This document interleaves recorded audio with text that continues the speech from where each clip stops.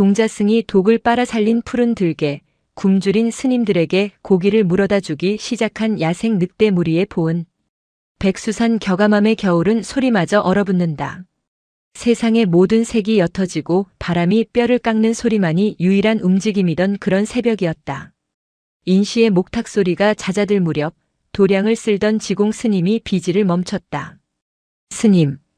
낮고 조용한 목소리였지만 얼어붙은 새벽 공기 속에서는 그 울림이 날카로웠다. 대웅전 앞에서 참선에 든 노승, 원명은 눈을 뜨지 않은 채 미동도 하지 않았다. 무엇이냐? 소리입니다. 바람 소리겠지.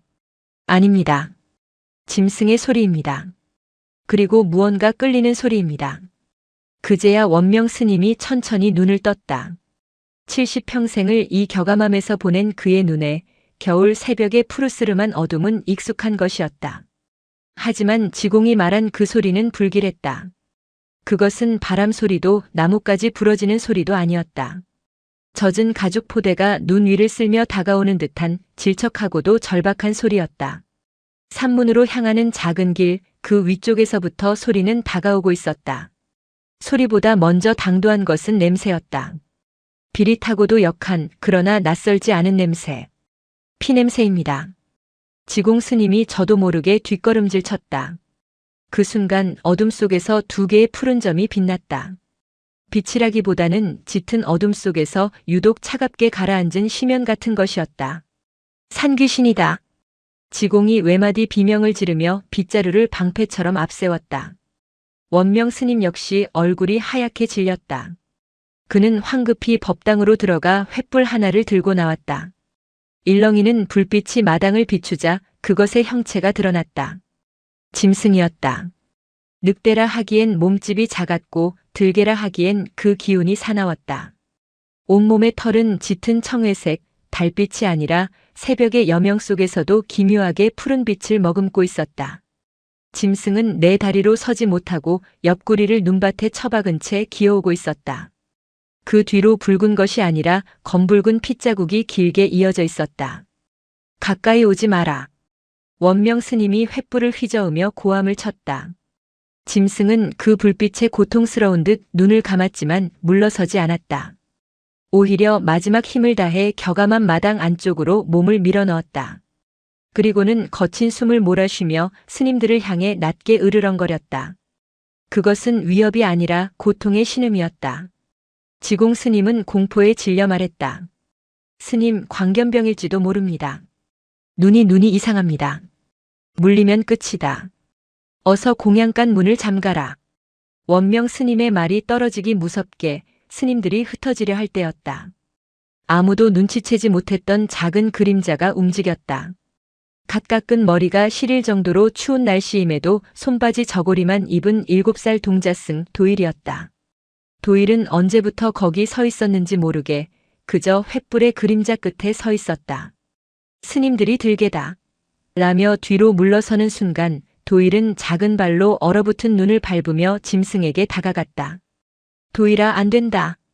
원명 스님이 기겁하며 소리쳤지만 아이는 듣지 못했다. 아이는 짐승의 으르렁거림이 멈추는 지점 정확히 3걸음 앞에서 멈춰섰다. 짐승은 아이를 물 힘조차 없는 듯 그저 푸른 눈으로 아이를 응시했다. 도일의 시선은 짐승의 눈이 아니었다. 피가 번지고 있는 옆구리였다.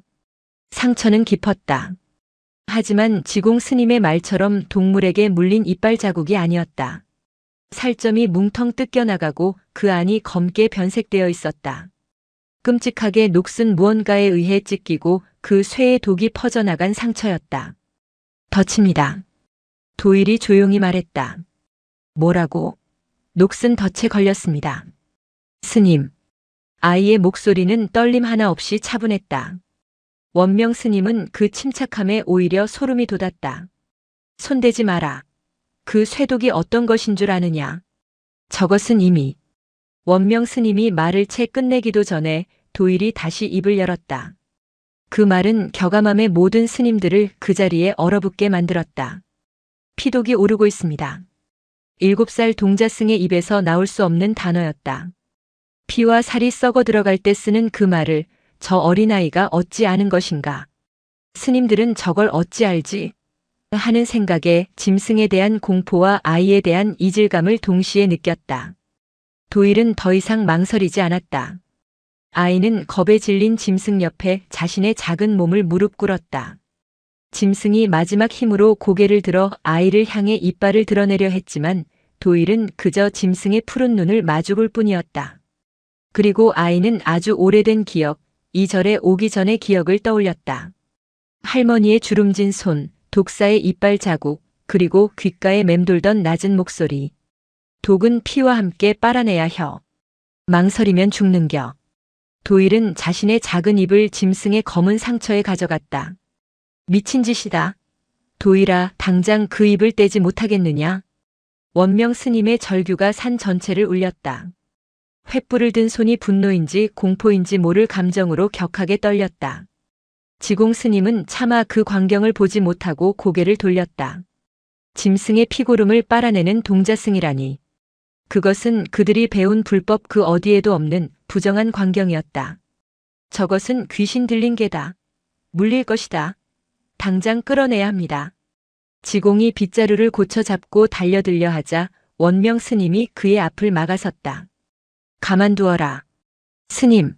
하지만 이미 늦었다. 아이가 물리지 않았다. 원명 스님의 말대로였다. 도일은 짐승의 상처에 입을 대고 있었다. 짐승은 고통으로 온몸을 떨었지만 아이를 물지 않았다. 그저 끔찍한 신음만을 터뜨릴 뿐이었다. 도일의 입안으로 차갑고도 비린 맛이 밀려들었다. 단순한 피맛이 아니었다. 쇠의 녹이 쓴 맛, 흙의 쓴맛, 그리고 무엇보다 죽음의 맛이 났다. 아이는 숨이 턱 막힐 듯한 그 어두운 피를 힘껏 빨아내고는 옆에 눈밭에 뱉어냈다. 검붉은 피가 하얀 눈 위에서 검게 얼어붙었다. 아이는 그 행동을 서너 번 반복했다. 그것은 자비심에서 나온 행동이 아니었다. 7살 아이에게 자비란 아직 어려운 말이었다. 그것은 기억이었다. 도일이 겨가맘에 오기 전 아이가 4살이 되던 해의 여름이었다. 아이는 이름도 모르는 깊은 산골 할머니라 불리던 노파와 함께 살았다. 약초를 캐던 할머니의 발목을 살모사가 물었다. 노파는 그 자리에서 단도로 제 발목을 긋고 어린 도일에게 소리쳤다. 빨아. 독을 빨아내. 뺏고. 아이는 울면서 그 시커먼 피를 빨아냈었다. 혀가 아리고 목이 타들어갔지만 할머니의 거친 손이 아이의 머리를 짓눌렀다. 살려면 뱉어내고 죽으려면 삼켜라. 그 기억이 지금 도일의 몸을 움직이게 했다. 그것은 자비가 아니라 생존의 본능이었고 눈앞의 짐승 역시 살아야 하는 것이라는 원초적인 동질감이었다. 상처에서 맑은 피가 비치기 시작할 무렵 도일은 마지막으로 피를 뱉어내고는 차가운 눈을 한 움큼 쥐어 짐승의 상처에 눌렀다. 그리고 자신의 작은 입김을 상처 위로 불어넣었다. 어설픈 지혈이었지만 아이가 할 수 있는 전부였다. 그 순간이었다. 지금까지 고통으로 일그러져 있던 푸른 짐승의 눈에서 물기 같은 것이 흘러내렸다. 짐승의 눈물이라고는 그 누구도 생각지 못했다. 공포와 고통으로 번들거리던 그 푸른 눈동자가 아주 잠깐이었지만 맑고 깊게 가라앉았다. 짐승은 기적처럼 힘을 얻었다. 천천히 비틀거리며 앞다리에 힘을 주어 몸을 일으켰다. 스님들은 다시 한번 겁에 질려 뒤로 물러섰다. 짐승은 아이를 해칠 수도 혹은 스님들에게 달려들 수도 있었다. 하지만 짐승은 그러지 않았다. 짐승은 자신을 물끄러미 바라보는 도일의 앞으로 다가왔다. 그리고는 차갑게 얼어붙은 아이의 손등을 자신의 거친 혀로 단 한 번 천천히 핥았다. 그것은 감사의 표시였다. 혹은 잊지 않겠다는 약속이었다. 짐승은 뒤를 돌았다. 그리고 조금 전 기어왔던 그 길을 따라 절뚝거리면서도 조금 전과는 비교할 수 없이 강한 걸음으로 산 어둠 속으로 사라졌다.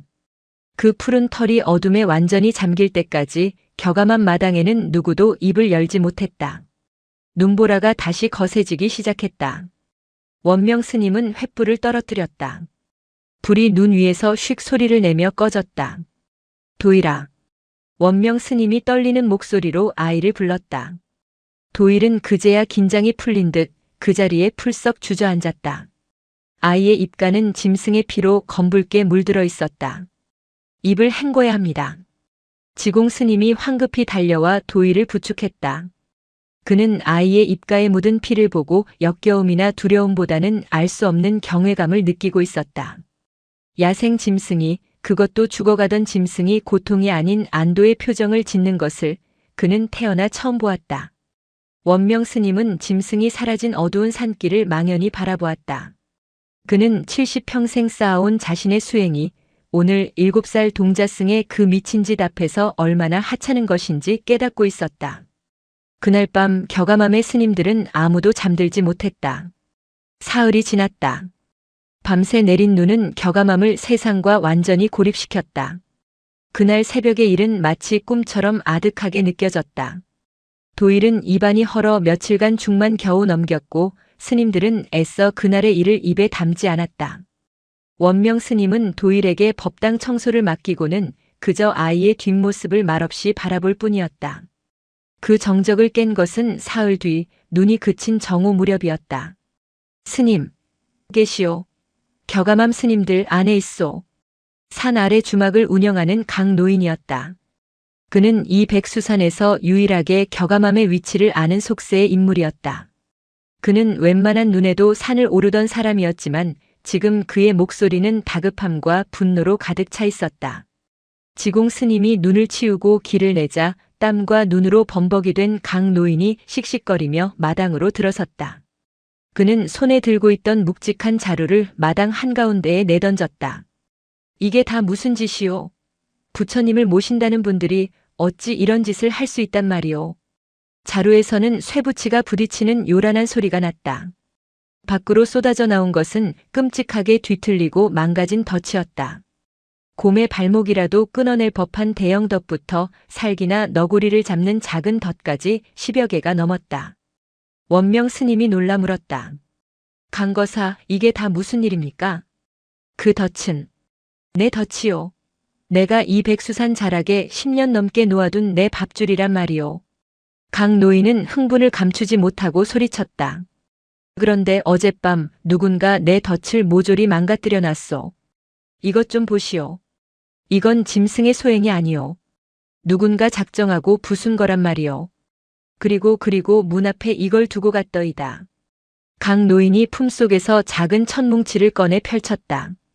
그 안에는 짐승의 털이 한 줌 들어 있었다. 그것은 의심할 여지 없는 그날 새벽의 그 짐승의 털이었다. 청회색의 기묘하게 푸른 빛이 도는 털. 지공 스님의 얼굴이 하얗게 질렸다. 산산귀신이. 강 노인이 그 말을 놓치지 않았다. 뭐라고 했소? 산귀신? 스님들도 무언가 알고 있었구먼.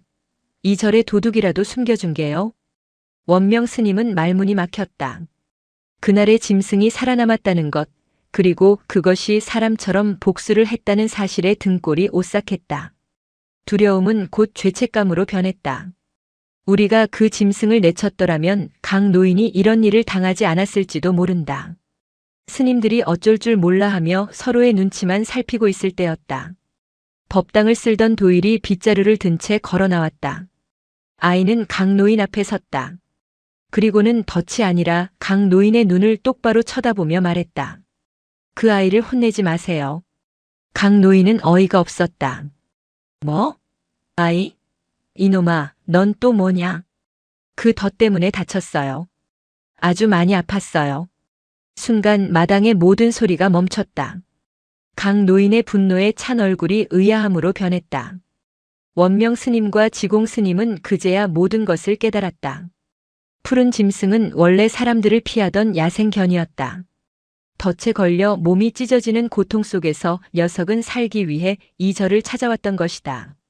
짐승의 본능으로 이곳이 유일하게 자신을 해치지 않으로군 해칠 힘이 없는 곳임을 알았던 것이다. 그런데 스님들은 어떠했는가? 그들은 짐승의 고통이 아니라 자신들의 두려움만을 보았다. 횃불을 휘두르고 문을 잠그라 소리쳤다. 만약 그날 밤 도일이 없었다면, 만약 그 짐승이 그 자리에서 쇠독으로 죽었더라면, 원명 스님은 강 노인을 향해 깊이 고개를 숙였다. 강거사, 우리가 잘못했습니다. 스님? 그 덫을 망가뜨린 것은 사람이 아닙니다. 하지만 그 원인은 우리에게 있습니다. 원명 스님은 사흘 전 새벽의 일을, 도일이 피를 빨아낸 일을, 그리고 짐승이 아이의 손을 핥고 사라진 일을 모두 털어놓았다. 강 노인의 입이 벌어졌다. 그는 도일의 피 묻은 입가를 상상하고 이 작은 아이가 짐승의 상처에 입을 맞대던 광경을 상상했다. 그리고 자신이 놓은 덫에 찢긴 짐승의 고통을 비로소 생각했다. 그놈이 절로 내려왔단 말이오? 살려달라고? 지공 스님이 무언가 생각난 듯 다급하게 말했다. 스님, 그러고 보니 며칠 전부터 공양간 뒤에 남은 음식을 내놓으면 밤사이에 사라지곤 했습니다. 저는 그저 산짐승이려니 했는데 푸른 짐승은 굶주려 있었다. 굶주림에 지쳐 강 노인의 덫에 걸렸고 죽음의 문턱에서 살기 위해 겨가맘의 문을 두드렸다. 그리고 살아난 짐승은 자신을 고통에 빠뜨렸던 그 덫들을 모조리 찾아내어 부쉈다. 그것은 복수가 아니었다. 그것은 더 이상은 안 된다는 경고이자 다른 짐승들을 위한 자비였을지도 모른다. 강 노인은 더 이상 소리치지 않았다. 그는 망가진 덫과 푸른 털 그리고 자신을 담담히 올려다보는 동자승 도일을 번갈아 보았다. 그는 마른 침을 삼키고는 덫이 담긴 자루를 짊어졌다. 내 평생 짐승에게 부끄럽기는 처음이구먼.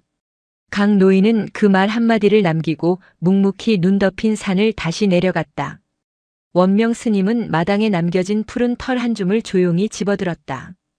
그것은 더 이상 공포의 상징이 아니었다. 그것은 스님들의 얼어붙은 마음을 비추는 거울이자 묵직한 죄책감의 증거였다. 도일은 그저 스님의 옆에서 강 노인이 사라진 길을 조용히 바라보고 있었다. 강 노인이 무거운 덫 자루를 메고 돌아간 뒤 겨가맘에는 무거운 침묵이 내려앉았다. 그 침묵은 겨울의 추위보다 더 깊숙이 스님들의 뼈를 파고들었다. 강 노인의 분노는 잊혔지만 그가 남기고 간 한 줌의 푸른 털은 지워지지 않는 화두가 되었다. 원명 스님은 그 털을 버리지 못했다. 차마 쓰레기처럼 태울 수도 그렇다고 귀히 간직할 수도 없었다. 그는 며칠을 고심하다 결국 작은 오동나무 합을 가져왔다. 그리고 그 푸른 털을 조심스레 담아 대웅전 불상의 한쪽 구석, 눈에 잘 띄지 않는 곳에 밀어 넣었다. 그것은 공약물이 아니었다. 부적도 아니었다. 그것은 기억이었다. 두려움에 눈이 멀어 짐승의 고통을 외면했던 자신들의 어리석음을, 그리고 7살 아이의 손바닥만 한 자비가 빚어낸 기적을 잊지 않기 위한 아픈 징표였다. 그날 이후 겨가맘의 공기는 미묘하게 변했다. 가장 큰 변화는 지공 스님에게서 나타났다. 그는 더 이상 짐승의 울음소리에 어깨를 움츠리지 않았다. 대신 그는 매일 저녁 공양이 끝나면 남은 밥과 감자를 한 그릇 따로 담았다. 그리고는 어둠이 내리기 직전 짐승이 나타났던 산문 앞의 큰 바위 위에 그것을 올려두었다. 첫날 원명 스님이 그 모습을 보고 물었다. 지공, 무엇을 하는 게냐? 빚을 갚으려 합니다, 스님. 빚이라니. 그 짐승에게 진 빚입니다. 그리고 강거사에게 진 빚입니다. 지공 스님은 그릇을 놓고 합장했다.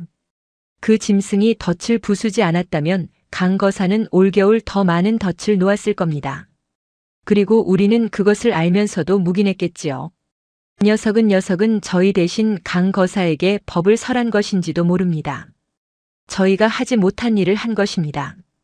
원명 스님은 아무 말도 하지 않았다. 그저 지공의 뒷모습을 바라볼 뿐이었다. 다음 날 새벽 그릇은 깨끗이 비워져 있었다.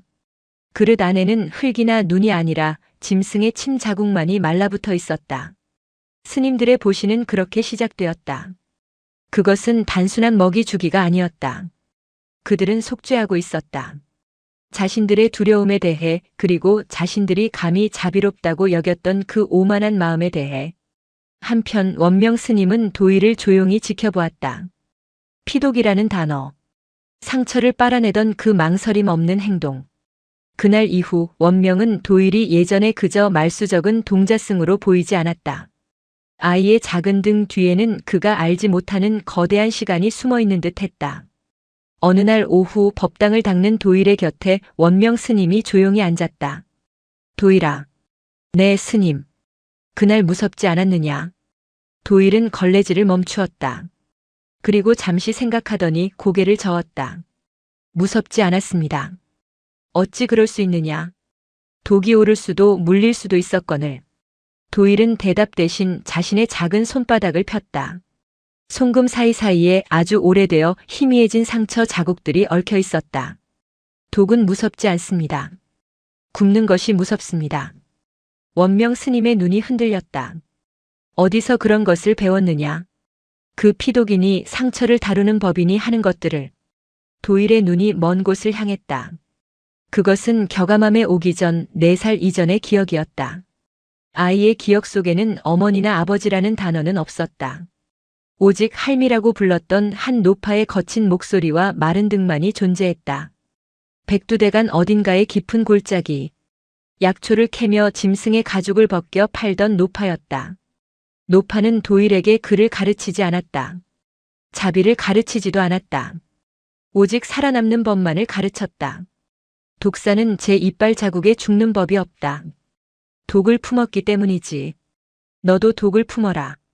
약한 마음 따위가 너를 살려주지 않는다. 짐승이 울거든 슬퍼하지 마라. 그놈이 어디가 아픈지 가죽을 어디부터 벗겨야 할지 살피거라. 독은 맛으로 아는 게다. 쓴맛은 피를 타고 신맛은 뼈를 녹이지. 혀끝에 죽음을 매달고 살아야 진짜 죽음이 널 피해가는 법이다. 도일에게 그날 짐승의 상처는 자비의 대상이 아니었다. 그것은 처리해야 할 일이었다. 할미가 가르쳐준 대로 독을 빨아내고 지혈해야 하는 상황이었을 뿐이다. 도일은 그 기억을 말로 꺼내지 않았다. 그저 이렇게만 답했다. 살려면 그래야 했습니다.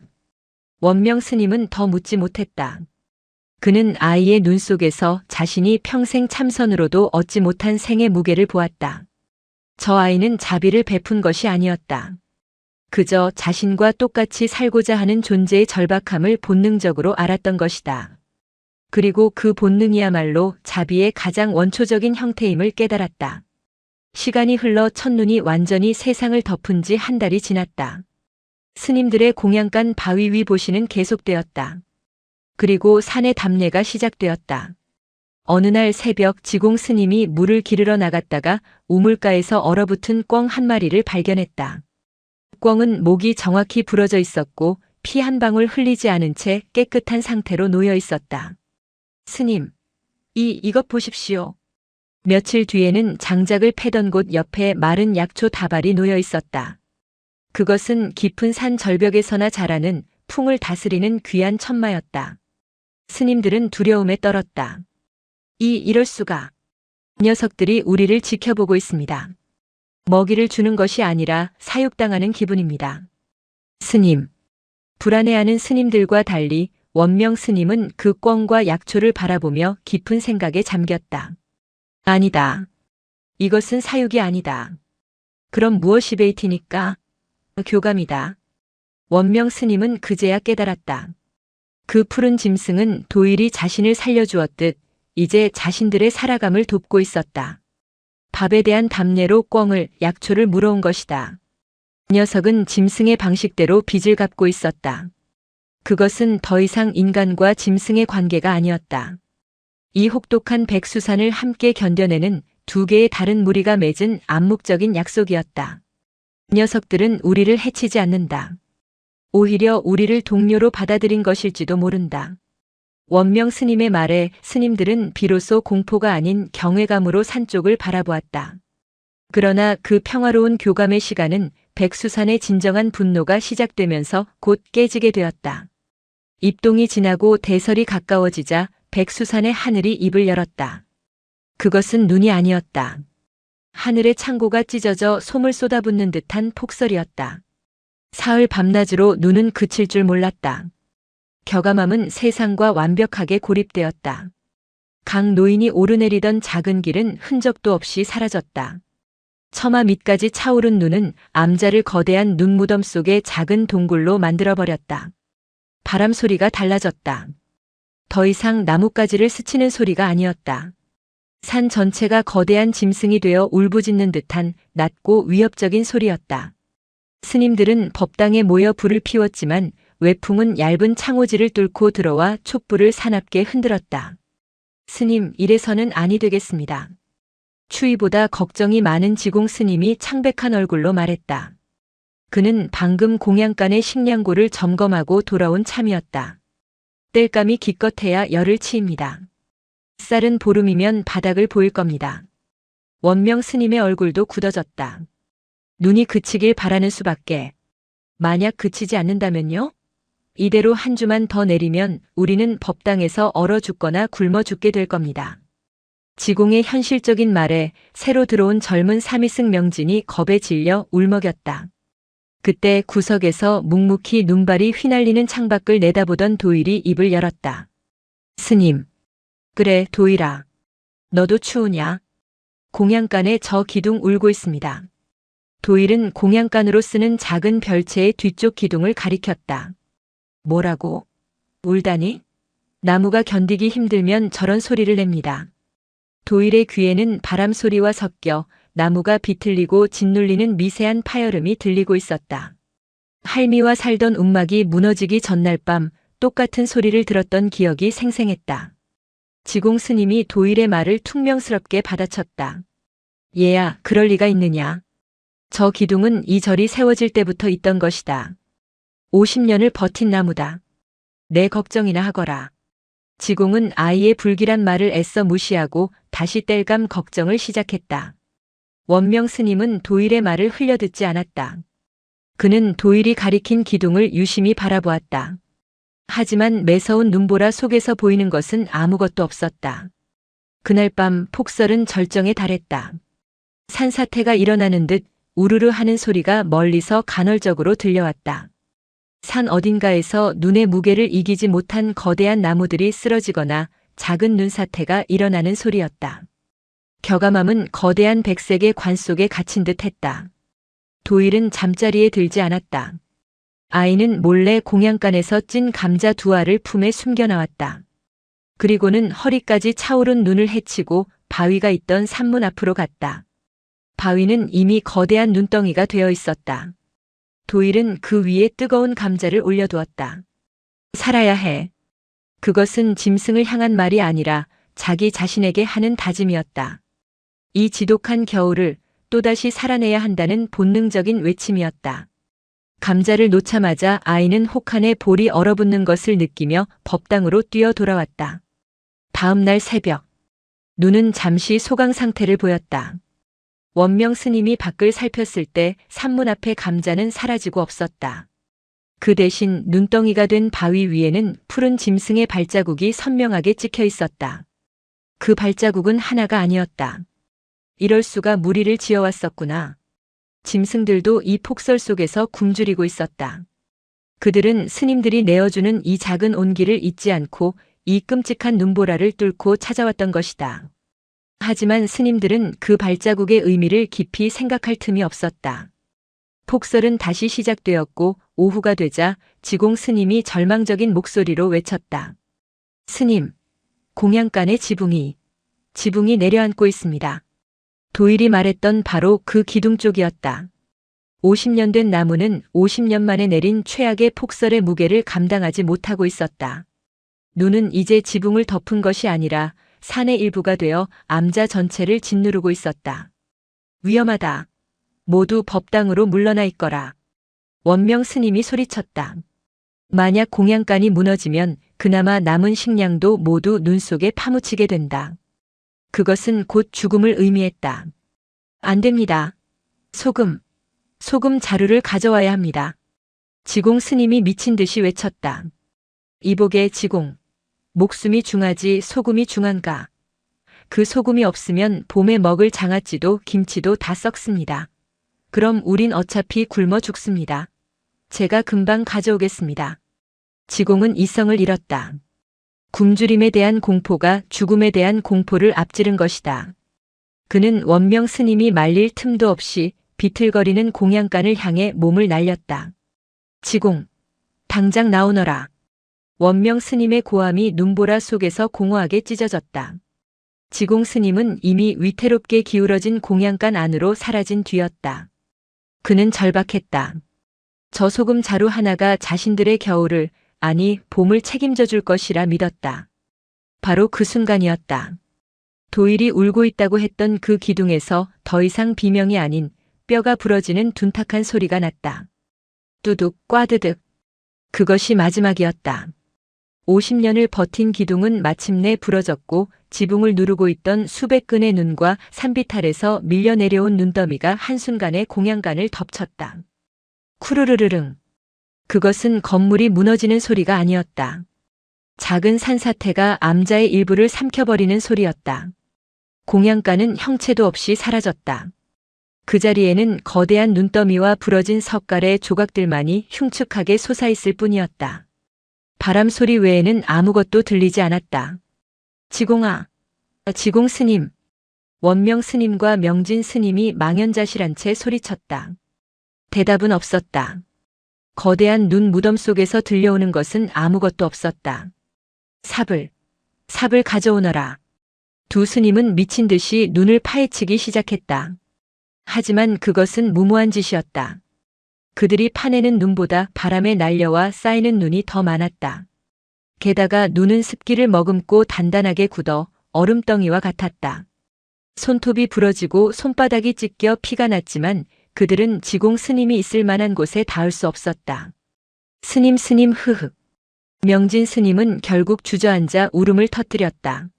안 됩니다. 이미 늦었습니다. 원명 스님 역시 삽을 놓쳤다. 그의 얼굴에 절망이 어렸다. 이 혹한 속에서 저 무거운 눈더미 밑에서 살아있을 가능성은 없었다. 설령 살아있다 해도 곧 얼어 죽거나 질식할 것이다. 그때 그 모든 절망의 한가운데에 도일은 가만히 서 있었다. 아이는 눈을 파헤치지도 울지도 않았다. 그저 지공 스님이 사라진 눈더미를 뚫어지라 쳐다보고 있었다. 그러더니 아이는 천천히 뒤를 돌았다. 스님들이나 무너진 건물이 아닌 어둡게 입을 벌리고 있는 백수산의 정상을 향해서였다. 아이의 입에서 기이한 소리가 터져 나왔다. 휘잉 마이너스. 그것은 사람의 소리가 아니었다. 새의 울음소리 같기도 바람이 바위 틈을 지나는 소리 같기도 한 날카롭고 높은 소리였다. 그것은 할미가 산속에서 서로의 위치를 확인하거나 흩어진 사냥개들을 부를 때 쓰던 소리였다. 도일은 숨이 닿을 때까지 그 소리를 길게 뽑아냈다. 원명 스님이 경악하여 아이의 어깨를 잡았다. 도일아, 지금 제정신이냐? 스님이 지공 스님이 저기 갇혔는데. 오고 있어요. 뭐라고? 오고 있다고요. 도일의 말이 끝나기가 무섭게 스님들은 보았다. 눈보라가 몰아치는 산비탈 위쪽. 어둠 속에서 푸른 빛들이 하나둘씩 나타나기 시작했다. 그것은 도깨비불이 아니었다. 짐승의 눈빛이었다. 하나, 둘, 셋 적어도 10마리가 넘는 무리였다. 그들은 일렬로 거침없이 눈을 헤치며 겨가맘을 향해 달려오고 있었다. 저것은 명진 스님이 공포에 질려 뒤로 넘어졌다. 무리의 가장 앞에 선 짐승은 유난히 몸집이 크고 그 푸른 털이 짙었다. 그리고 그 왼쪽 옆구리에는 흉측하지만 완전히 아문 상처 자국이 선명하게 남아 있었다. 도일이 피를 빨아주었던 바로 그 푸른 들개였다. 짐승들은 스님들을 거들떠보지도 않았다.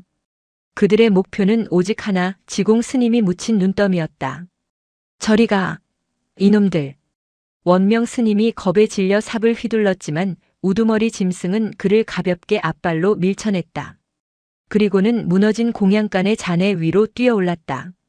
녀석은 정확히 한 지점에서 코를 박고 눈을 파헤치기 시작했다. 그것은 신호였다. 10마리가 넘는 푸른 들개들이 일제히 눈더미로 달려들었다. 그들은 인간의 삽질과는 비교도 되지 않는 속도로 눈을 파헤쳤다. 날카로운 발톱과 강한 이빨로 얼어붙은 눈덩이를 부수고 주둥이로 잔해를 물어뜯어 밖으로 내던졌다. 크르릉거리는 사나운 소리가 울려 퍼졌지만 그것은 위협이 아니었다. 그것은 절박한 작업의 소리였다.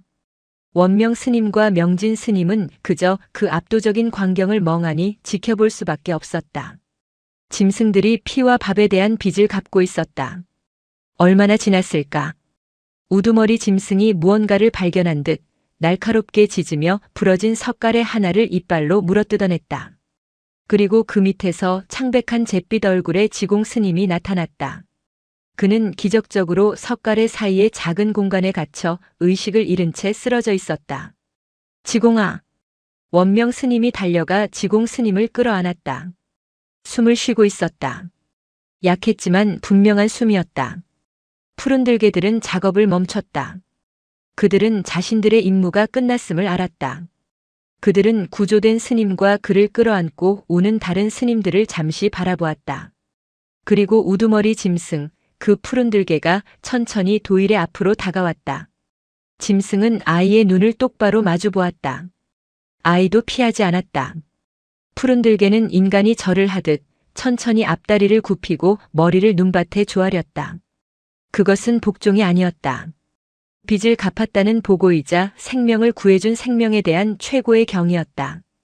도일은 그저 작은 손을 들어 짐승의 젖은 머리를 한번 쓸어주었다. 짐승은 고개를 들고 무리를 향해 짧게 울었다. 그러자 푸른 들개들은 왔을 때와 마찬가지로 소리 없이 눈보라 속으로 사라져갔다. 마치 한바탕 꿈을 꾼 것처럼 바람이 모든 소리를 집어삼켰다. 푸른 무리가 눈보라 속으로 사라진 자리는 마치 그들이 한 번도 존재하지 않았던 것처럼 순식간에 새로운 눈으로 덮여갔다. 그 거칠고도 신성했던 짐승의 숨소리, 발톱이 얼음을 긁던 소리가 사라지자 겨가맘의 마당에는 다시 혹독한 겨울의 정막만이 남았다. 그 정막을 깬 것은 원명 스님의 갈라진 목소리였다. 지공아, 지공아, 정신을 차리거라. 원명 스님은 눈더미에서 막 끌어낸 지공 스님을 부둥켜 안았다. 지공의 몸은 축 늘어져 있었다. 잿빛 승복은 찢어져 있었고 젖은 살갗은 이미 얼음장처럼 차가웠다. 입술은 검푸른 빛을 띠었고 얕게 내쉬는 숨은 하얀 입김이 되어 흩어지지도 못하고 얼어붙는 듯 했다. 스님, 이러다간 정말. 명진 스님은 사시나무 떨듯 떨며 울먹였다. 방금 전까지 짐승 무리에게 느꼈던 공포는 이제 눈앞의 동료를 잃을지도 모른다는 더 현실적인 공포로 바뀌어 있었다. 그때 짐승을 향해 고개를 숙였던 도일이 천천히 일어섰다. 아이는 무너진 공양간의 잔해를 잠시 바라보더니 스님들을 향해 돌아섰다. 아이의 얼굴에는 경이로움도 공포도 슬픔도 없었다. 오직 상황을 수습해야 한다는 듯한 차가운 침착함만이 어려 있었다. 법당으로 모셔야 합니다. 아이의 목소리는 작았지만 두 스님의 귓가에 송곳처럼 박혔다. 법당 안도 춥다. 불이 거의 꺼져가는데 그래도 바람은 막을 수 있습니다. 지금 당장 옮기지 않으면 얼어 죽습니다. 도일은 자신의 할미가 얼어붙은 강에서 건져 올린 사람에게 했던 말을 그대로 흉내내고 있었다. 원명 스님은 아이의 말에 정신이 번쩍 들었다. 옳다. 명진아, 어서 부축하거라. 법당으로 가자. 두 스님은 축 늘어진 지공 스님을 양쪽에서 끌어안듯 부축했다. 성인 남자의 무게는 생각보다 무거웠다. 발이 눈에 빠지고 몇 번을 휘청거리며 그들은 겨우 법당 문턱을 넘었다. 차가운 법당 바닥에 지공 스님을 내려놓자마자 원명 스님은 절망했다. 아궁이에 남아있던 불씨는 거의 사그라져 붉은 기운만 간신히 명맥을 유지하고 있었다. 뗄감이 없다. 공양간과 함께 다 묻혔다. 원명 스님이 망연히 중얼거렸다. 바로 그때 도일이 법당 구석으로 달려갔다. 아이는 스님들이 좌선할 때 쓰던 두툼한 방석 좌복과 예불에 쓰던 목탁, 그리고 경전을 올려두던 작은 나무 경상까지 들고 왔다. 스님, 이걸 부수십시오. 뭐라고? 도일아, 그건. 명진이 기겁했다. 그것들은 부처님께 공양 올리는 신성한 기물이었다. 불이 없으면 죽습니다. 도일은 망설임 없이 작은 경상의 다리를 발로 걷어찼다. 딱 하는 소리와 함께 마른 나무 다리가 부러졌다. 아이는 그것을 집어 아궁이의 마지막 불씨 위에 얹었다. 원명 스님은 그 모습을 멍하니 바라보았다. 70평생 지켜온 계율과 불심이 7살 아이에 살아야 한다는 그 한마디 앞에서 무너져 내리고 있었다. 그는 더 이상 아무 말도 하지 않고 좌복을 뜯어 마른 솜을 꺼내고 부러진 경상 조각을 불씨에 밀어 넣었다. 불길이 화르륵 하고 힘겹게 살아났다. 스님의 옷을 벗겨야 합니다. 젖은 옷이 살을 파먹고 있습니다. 도일이 지공 스님의 얼어붙은 젖은 승복을 잡아당기며 말했다. 원명 스님과 명진 스님은 황급히 달려들어 거의 찢어내다시피 젖은 옷을 벗겨냈다. 드러난 지공 스님의 가슴팍은 군데군데 시퍼렇게 멍이 들어 있었고 갈비뼈 몇 대가 부러진 듯 보였다. 명진아, 내 옷을 벗어 덮어라. 마른 옷으로. 스님, 눈으로 문질러야 합니다. 도일이 법당 문을 열고 차가운 눈을 한 움큼 퍼와서 외쳤다. 미쳤느냐? 이 추위에 눈이라니. 명진이 소리쳤지만 도일은 지공 스님의 얼어붙은 발가락에 눈을 대고 거칠게 문지르기 시작했다. 이렇게 하지 않으면 발가락이 썩어 문드러집니다. 할미가 그랬습니다. 얼음은 얼음으로 다스려야 피가 돈다고 했습니다. 그것은 민간요법인지 아니면 죽음을 수없이 목격한 자의 경험인지 알 수 없었다. 원명 스님은 아이의 그 확신에 찬 행동을 말리지 못했다. 그는 자신의 마른 속옷을 찢어 도일의 손에 쥐어주었다. 법당 안은 사투의 현장이었다. 부러진 경상이 타들어가는 매캐한 연기와 스님들의 거친 숨소리, 그리고 지공 스님의 입에서 새어나오는 얕은 신음만이 가득했다. 얼마나 지났을까? 지공 스님의 검푸른 입술에 아주 미약하게나마 붉은 기가 돌기 시작했다. 그리고 그는 길고 고통스러운 기침을 터뜨렸다. 쿨럭, 컥 춥습니다. 지공아, 정신이 드느냐? 원명 스님이 지공 스님의 뺨을 때리듯 어루만졌다. 지공 스님은 눈을 뜨지 못하고 고통 속에서 희미하게 중얼거렸다. 짐승이 푸른 눈이. 그것이 그가 기억하는 마지막이었다. 원명 스님은 지공의 입을 막았다. 아무 말 말거라. 살아있다. 그것만 생각하거라. 그때였다. 지공 스님을 살렸다는 안도감도 잠시 명진 스님이 법당 문 밖을 살피고 돌아와 절망적인 목소리로 도구했다. 스님 큰일 났습니다. 다 사라졌습니다. 무엇이 말이냐? 쌀떡도 소금도 간장도 그리고 가장 중요한 땔감도 공양간과 함께 전부 눈더미 밑에 있습니다. 꺼낼 수가 없습니다. 저건 사람이 팔 수 있는 눈이 아닙니다. 법당 안이 순간 싸늘하게 식었다. 불길은 경상 하나를 다 태우고 다시 사그라들고 있었다. 스님들은 그제야 자신들의 처지를 깨달았다. 푸른 들개들은 지공 스님을 구해냈다. 하지만 그것은 완벽한 구원이 아니었다. 짐승들은 겨가맘의 목숨 하나를 살렸지만 겨가맘의 생명줄은 끊어져 버렸다. 식량과 땔감, 겨울 산사에서 수도승의 목숨을 이어주는 그 두 가지가 모두 사라진 것이다. 원명 스님은 부들부들 떨리는 손으로 마지막 남은 경전 한 권을 집어들었다. 법화경이었다. 그는 그것을 아궁이 불길에 밀어 넣으려다 차마 그러지 못하고 바닥에 떨어뜨렸다. 그는 지공 스님을 살려낸 짐승들을 떠올렸다. 그 경이로운 지성과 도의를 향한 복종의 몸짓을. 그것은 자비였는가? 아니면 더 큰 재앙의 시작이었는가? 짐승들은 스님들을 눈더미에서 구했다. 이제 스님들은 굶주림과 추위라는 더 거대한 눈더미 속에 갇히게 되었다. 원명 스님은 법당에 모신 불상을 바라보았다. 금빛 불상은 어둠 속에서 아무 말 없이 그들을 내려다보고 있었다. 스님은 평생 처음으로 부처의 자비가 아니라 오늘 자신이 목격한 짐승의 힘을 갈망하고 있었다. 도일아, 네 스님, 너는 알고 있었느냐? 녀석들이 올 것이라는 것을. 도일은 타오르는 경상 조각을 바라보며 조용히 대답했다. 아니요. 그냥 불렀습니다. 왜 불렀느냐? 스님들이 못할 것 같아서요.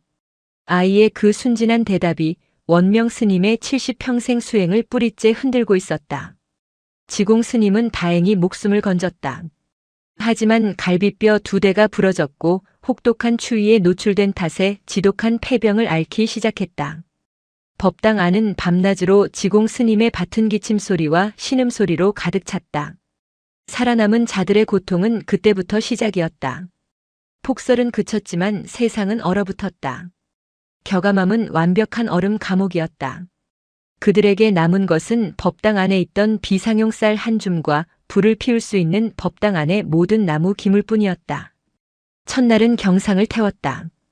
둘째 날은 불공에 쓰던 작은 나무 불기들을 태웠다. 셋째 날 원명 스님은 결국 눈물을 머금고 수십 년 된 경전 목판 몇 개를 깨뜨려 불에 넣었다. 그렇게 연명한 지 나흘째 되는 날 새벽이었다. 스님, 스님, 이것 보십시오. 잠을 쫓기 위해 법당 앞을 서성이던 명진 스님이 공포와 놀라움이 뒤섞인 목소리로 원명 스님을 불렀다. 원명 스님과 도일이 급히 밖으로 나갔다. 산문 앞 지공 스님에게 먹이를 주던 그 바위 위였다. 그곳에는 그들이 보았던 그 어떤 짐승보다도 거대한 갓 잡은 노루 한 마리가 피를 흘리며 놓여 있었다. 노루의 목덜미에는 정확하고 치명적인 이빨 자국이 남아 있었고 아직 온기가 채 가시지 않은 듯 희미한 김이 피어오르고 있었다. 그리고 그 옆에는 며칠 전 도일이 놓아두었던 작은 감자 그릇이 깨끗이 비워진 채 놓여 있었다. 맙소사. 원명 스님은 뒷걸음질 쳤다. 명진 스님은 그 자리에 주저앉았다. 푸른들개들이었다. 그들은 자신들이 구해준 인간들이 이제는 굶주림으로 죽어가고 있음을 알았던 것이다. 공양간이 무너지고 밥이 끊기자 그들은 자신들의 방식으로 밥을 가져다 놓았다. 꿩이나 약초 같은 작은 답례가 아니었다. 이것은 명백한 식량이었다. 이걸 어찌해야 합니까, 스님? 명진 스님의 목소리가 절망적으로 떨렸다. 며칠을 굶어 허기진 배는 고기 냄새에 역겹게 반응하면서도 동시에 본능적인 갈망을 일으켰다. 이것은 살생의 업이다. 원명 스님이 고개를 저었다. 부처님의 제자가 어찌 피가 낭자한 고기를 취할 수 있단 말이냐? 이것은 짐승의 보시가 아니라 우리의 불심을 시험하는 마의 장난이다. 원명 스님은 노루의 시체에서 눈을 돌렸다. 당장 치워라. 눈 속에 깊이 파묻어 버리거라. 부정한 것이다. 명진 스님은 떨리는 손으로 삽을 들었지만 차마 노루의 손을 대지 못했다. 그 순간 법당 안에서 지공 스님의 끔찍한 기침 소리가 터져 나왔다. 며칠간 미음 한 모금 제대로 넘기지 못한 스님의 기침 소리는 쇳소리 같았다. 그때 그들 뒤에 서 있던 도일이 조용히 입을 열었다. 이것은 마가 아닙니다. 도일아. 이것은 빚입니다. 원명 스님이 도일을 돌아보았다. 아이의 눈은 노루의 죽은 눈을 똑바로 바라보고 있었다. 우리가 빚을 졌습니다. 그들은 빚을 갚았습니다. 이제 저들이 우리에게 빚을 갚을 기회를 준 것입니다. 그게 무슨 말이냐? 궤변이다. 저들은 우리를 살리기 위해 다른 것을 죽였습니다. 저들은 우리 때문에 살생을 했습니다. 스님 말씀대로라면 저들은 우리 때문에 업을 지었습니다. 도일은 할미에게 배운 거래의 논리를 말하고 있었다. 하지만 그 말은 어떤 경전보다 날카롭게 원명 스님의 가슴을 찔렀다. 저 고기를 묻어버리면 저들의 살생은 그저 죽임이 됩니다. 하지만 우리가 저것을 먹고 살아남는다면 저들의 살생은 살림이 됩니다. 7살 아이의 입에서 나온 말이라고는 믿을 수 없는 생과 사의 본질을 꿰뚫는 말이었다. 저들은 저 노루는 우리 대신 죽은 겁니다. 이것을 버리는 것은 저 노루의 죽음과 저 짐승들의 업을 외면하는 것입니다. 그것이야말로 자비가 아닙니다. 원명 스님은 그 자리에 얼어붙었다. 굶주림과 추위, 계율과 생존, 짐승의 자비와 인간의 오만 사이에서 그의 이성이 마비되어 갔다. 명진 스님은 이미 울고 있었다. 스님 저는 모르겠습니다. 하지만 지공 스님이 저대로 돌아가시면 안 됩니다. 원명 스님은 한참을 망설였다. 그는 불상을 향해 합장하고 다시 노루를 향해 합장했다. 지공이를 위해서다. 오직 지공이를 살리기 위해서다. 부처님, 이 죄를 어찌 갚아야 합니까? 그것은 허락이었다. 명진 스님은 서둘러 노루를 옮기려 했지만 도일이 그를 막았다. 아이는 무너진 공양간 터에서 깨진 칼 조각을 하나 찾아왔다. 제가 하겠습니다. 내가 무엇을? 피를 빼고 가죽을 벗겨야 합니다. 스님들은 불을 지피십시오. 법당 안에 마지막 남은 탁자를 부수십시오. 도일은 조금의 망설임도 없이 꽁꽁 언 손으로 노루의 배에 칼을 박아 넣었다. 아이의 작은 손이 짐승의 가죽을 벗겨내는 그 솜씨는 너무나도 익숙하고 능숙해서 지켜보는 스님들의 등골을 서늘하게 만들었다. 도일은 할미가 하던 그대로 하고 있었다. 가죽을 벗길 땐 망설이면 못 쓴다. 죽은 것에 대한 예의는 그 무엇 하나 버리지 않는 것이다. 그날 겨가맘의 법당 아궁이에서는 경전 목판이 아닌 노루의 뼈다귀가 타고 있었다. 그리고 깨진 솥단지 안에서는 짐승의 살점이 끓어오르는 수도승의 절에서는 상상할 수도 없는 고기죽이 끓고 있었다. 그것은 지독한 누린내와 함께 기묘하게도 달콤한 생명의 냄새를 풍겼다. 원명 스님은 그 죽을 한 그릇 떠서 의식이 가물가물한 지공 스님의 입에 흘려 넣었다. 지공 스님은 본능적으로 그 뜨거운 국물을 삼켰다. 원명 스님과 명진 스님 그리고 도일은 아무도 그 죽을 먹지 않았다. 그들은 그저 지공 스님이 생명을 이어가는 모습을 지켜볼 뿐이었다. 그날 밤 원명 스님은 법당에서 잠들지 못했다. 그는 밖으로 나와 노루가 놓여있던 바위를 바라보았다. 바위 위에는 2개의 푸른 빛이 앉아 있었다. 그 푸른 들개였다. 녀석은 원명 스님을 바라보고 있었다. 원명 스님은 짐승을 향해 평생 부처님께 해왔던 것과 똑같이 깊고도 간절한 오체투지를 올렸다. 짐승은 그 절을 묵묵히 받았다. 생존은 사람을 바꾸어 놓는다. 혹은 그 안에 숨겨져 있던 본 모습을 드러나게 한다. 푸른 들개가 가져다준 노루고기는 지공 스님을 죽음의 문턱에서 끌어올렸다. 뜨거운 고기죽을 며칠간 받아먹은 지공 스님은 기적처럼 열이 내리고 기침이 잦아들었다. 그는 눈을 떴고 명확하게 의식을 회복했다. 하지만 돌아온 것은 예전의 지공 스님이 아니었다. 지공 스님이 온전히 정신을 차린 날 명진 스님이 조심스럽게 마지막 남은 고기죽을 그릇에 담아 내밀었다. 지공 스님은 그것이 무엇인지 알지 못한 채 그릇을 받아들었다. 명진아, 내가 얼마나 누워 있었느냐. 닷새만입니다, 스님. 어서 드시고 기력을 차리십시오. 지공 스님은 죽을 한 숟갈 뜨려다 그 안에 섞인 살점 조각을 발견했다. 그리고 법당 안에 희미하게 밴 자신이 잠결에 맡았던 그 비릿한 누린내의 정체를 깨달았다. 챙그랑. 그릇이 바닥에 떨어져 산산조각 났다. 이게 무엇이냐? 스님, 진정하십시오. 이게 무엇이냐고 물었다. 이 피비린내 나는 것이. 지공 스님의 눈이 광기로 번들거렸다. 그는 자신의 입술에 아직 남아있는 기름기를 떠올리고는 거칠게 구역질을 하기 시작했다. 원명 스님이 무거운 목소리로 입을 열었다. 지공아, 그것은 내 목숨을 살린 약이다. 약이라니. 스님, 어찌 부처님 법당에서 살생한 고기를. 원명 스님은 푸른 들개가 노루를 가져다 놓은 일 그리고 그것을 먹여 지공 스님을 살린 일을 모두 털어놓았다. 이야기를 듣는 지공 스님의 얼굴은 창백해지다 못해 파랗게 질려갔다. 그는 자신이 눈더미에 묻혔을 때 희미하게 의식이 꺼져가던 순간에 느꼈던 그 감각을 떠올렸다. 자신을 파헤치던 거친 숨소리, 코를 찌르던 짐승의 냄새, 그리고 자신을 끌어내던 푸른 눈동자. 그것은 구원이 아니었다. 그것은 잡아먹힌 것이었다. 아! 지공 스님은 머리를 감싸쥐고 비명을 질렀다. 마가 들었다. 녀석들은 나를 살린 게 아니야. 나를 자신들의 놀이개로 삼은 것이다. 우리 모두 짐승의 덫에 걸린 것이다. 지공아, 정신 차리거라. 그들은 은인이다. 은인이라고요? 스님, 저것들은 짐승입니다.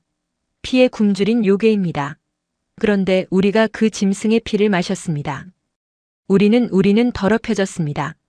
지공 스님은 미친 사람처럼 법당 바닥을 기어다니며 자신이 토해낸 것을 손가락으로 긁어 모으려 했다. 나는 죽었어야 했다. 차라리 눈 속에서 깨끗하게 얼어 죽었어야 했다. 이 부정한 몸으로 어찌 부처님을 뵌단 말인가. 그것은 단순한 계율의 파괴에 대한 죄책감이 아니었다. 그것은 죽음의 공포가 남긴 깊은 외상 트라우마였다. 짐승에게 구조된 것이 아니라 짐승의 세계에 편입된 것 같은 끔찍한 모멸감과 공포였다. 당장 저것들을 쫓아내야 합니다. 저것들은 이 절을 떠나지 않고 우리를 감시하고 있습니다.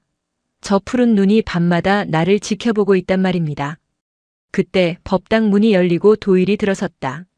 아이의 손에는 어제 푸른 들개가 새로 물어다 놓은 얼어붙은 토끼 2마리가 들려 있었다. 지공 스님은 그 토끼를 보자마피자 옆에 있던 목탁을 집어 아이를 향해 던졌다. 저리 치워. 그 더러운 것을 당장 치우지 못해. 퍽 하는 소리와 함께 목탁이 도일의 어깨를 스치고 바닥에 굴렀다. 목탁은 두 조각으로 깨어져 버렸다. 도일은 어깨를 움켜쥐었지만 울지 않았다. 그저 자신을 향해 으르렁거리는 지공 스님을 그날 새벽 자신에게 으르렁대던 푸른 들개를 보듯 무표정하게 바라볼 뿐이었다. 스님, 닥쳐라. 너도 저것들과 한패다. 내가 녀석들을 불렀지. 내가 이 절의 재앙을 끌어들인 것이다. 지공 스님. 도일이 입을 열었다. 스님은 죽는 것이 두려운 것이 아니라 사는 것이 두려우신 겁니다. 무엇이? 죽음은 쉽습니다. 하지만 사는 것은 더러운 것을 먹고 부끄러움을 견디고 빚을 지고 그렇게라도 살아남아야 하는 겁니다. 스님은 그것이 무서우신 겁니다. 아이의 말은 지공 스님의 가장 깊은 곳을 찔렀다. 그렇다. 그는 사는 것이 두려웠다. 짐승의 피로 연명해야 하는 이 삶이, 짐승에게 빚을 진 이 목숨이 죽음보다 더 끔찍하게 느껴졌다. 원명 스님이 그들 사이를 가로막았다. 그만두어라. 둘 다. 지공아, 너는 지금 심신이 미약해져 그렇다. 도일아, 너도 스님께 그리 말하는 것이 아니다. 겨가맘은 깨졌다. 지공 스님은 그날 이후 곡기를 끊었다. 그는 짐승이 가져다준 모든 고기를 요괴의 살점이라 부르며 그것을 만지는 도일과 그것을 묵인하는 원명 스님을 저주했다. 명진 스님은 이도 저도 아니었다. 그는 살기 위해 고기죽을 끓이면서도 지공 스님의 광기 어린 절규에 동조하며 죄책감에 몸을 떨었다. 원명 스님은 깨달았다.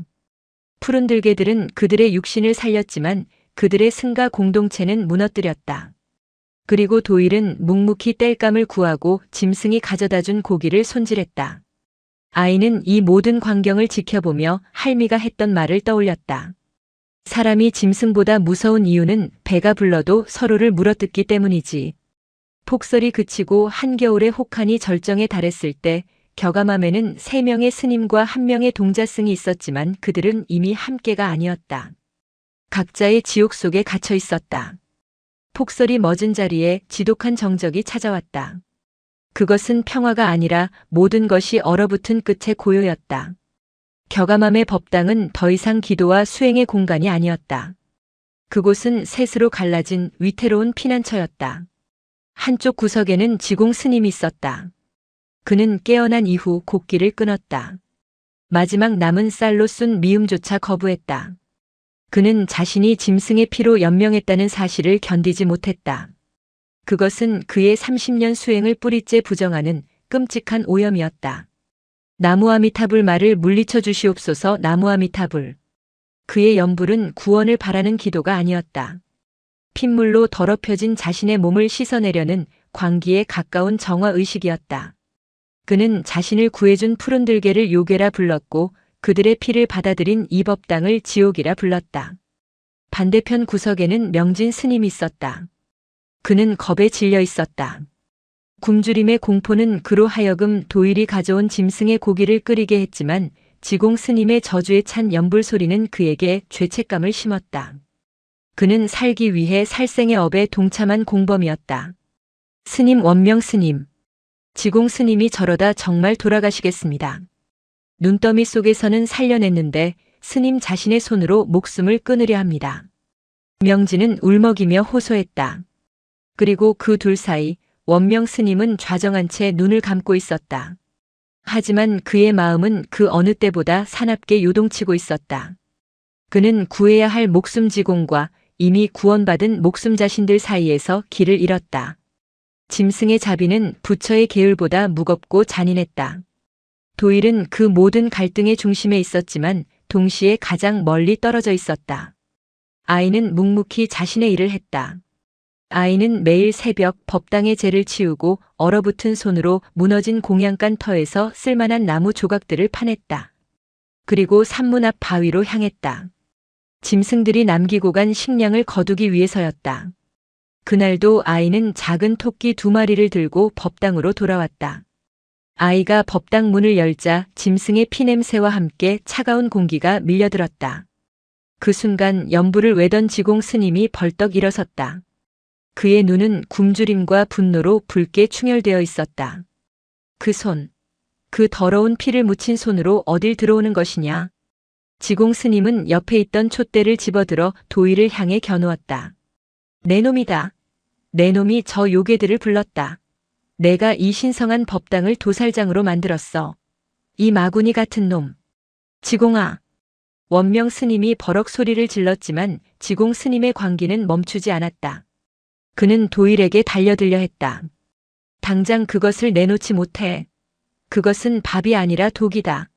우리 모두를 짐승으로 만드는 저주란 말이다. 명진 스님이 겁에 질려 그를 막아섰지만 굶주린 사람의 힘이라고는 믿을 수 없을 정도로 거칠게 그를 밀쳐냈다. 스님, 그만하십시오. 도일이는 우리를. 닥쳐라.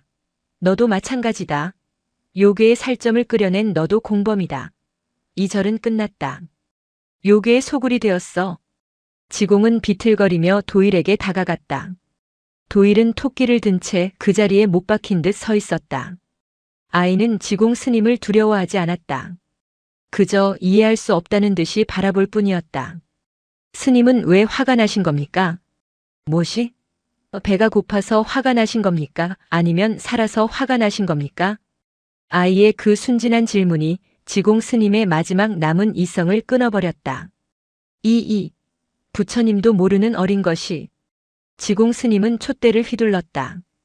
그 순간 원명 스님이 몸을 날려 그의 앞을 막았다. 그만하거라 지공아. 내가 지금 싸우는 것은 도일이가 아니다. 내 마음속 두려움이다. 짐승이 무서운 것이냐 아니면 빚을 진 내 자신이 부끄러운 것이냐? 원명 스님의 일갈에 지공 스님이 멈칫했다. 그는 촛대를 든 채 부들부들 떨었다. 스님마저 저 요괴들의 편을 드십니까? 나는 사는 것의 편을 드는 것이다. 부처님은 우리에게 죽으라 가르치지 않았다. 이렇게 사는 것은 죽는 것만 못합니다. 지공 스님은 절규하며 뒷걸음질 쳤다. 그는 법당을 둘러보았다. 이 신성한 공간에 스며든 피냄새, 타다 남은 짐승의 뼈, 그리고 이 모든 것을 묵묵히 받아들이고 있는 노승과 동자승. 그는 자신이 이방인이었음을 깨달았다. 그의 눈이 대웅전 불상 한쪽에 놓인 작은 오동나무 합을 발견했다. 원명 스님이 그날의 푸른 털을 담아두었던 바로 그 합이었다. 지공 스님은 그것이 무엇인지 직감했다. 저것이구나. 저것이 놈들의 징표로구나. 그는 미친 듯이 달려가 그 합을 움켜쥐었다. 이것이 이 절의 부정을 끌어들인 우상이다. 이것을 태워야 한다. 이것을 태워야 우리가 정화될 수 있다. 지공 스님은 합을 들고 아궁이로 달려갔다. 그가 마지막 남은 경전 조각을 태우던 그 불길 속으로 합을 던지려던 순간이었다. 안 돼요. 지금까지 무표정했던 도일이 처음으로 절박한 소리를 질렀다. 아이는 지공 스님에게 달려들어 그의 팔을 물어뜯었다. 악! 지공 스님이 고통으로 합을 놓쳤다. 합이 바닥에 떨어져 열리고 그 안에 푸른 털이 흩어졌다. 도일은 그 털을 지키기 위해 몸을 날렸다. 아이는 불길 앞으로 엎어져 뜨거운 잿더미 위로 흩어진 털을 황급히 쓸어모았다. 치익 하는 소리와 함께 아이의 작은 손바닥이 타들어가는 소리가 났지만 아이는 아랑곳하지 않았다. 도일아. 원명 스님이 숨을 멈췄다. 도일은 타는 고통도 잊은 채 그 한 줌의 털을 소중하게 감싸쥐고 일어섰다. 그리고 지공 스님을 노려보았다. 아이의 눈에는 더 이상 순진함이 없었다. 그것은 자신의 것을 지키려는 짐승의 눈빛이었다. 이건 스님 것이 아닙니다. 법당 안은 끔찍한 침묵에 휩싸였다. 지공 스님은 자신의 팔에 난 이빨 자국과 자신을 노려보는 아이의 눈빛, 그리고 그 아이의 손에 쥔 푸른 털을 번갈아 보면 공포에 질려 뒷걸음질 쳤다. 짐승이다. 저 아이도 이미 짐승이 되었어. 지공 스님은 그렇게 중얼거리며 법당 구석으로 기어가 몸을 웅크리고 머리를 감싸쥐었다. 그는 더 이상 연불도 외지 않았다. 그저 짐승처럼 상처 입은 짐승처럼 낮게 끙끙거릴 뿐이었다. 원명 스님은 타는 냄새가 나는 도일의 손을 바라보았다. 아이는 왜 저 털에 집착하는가?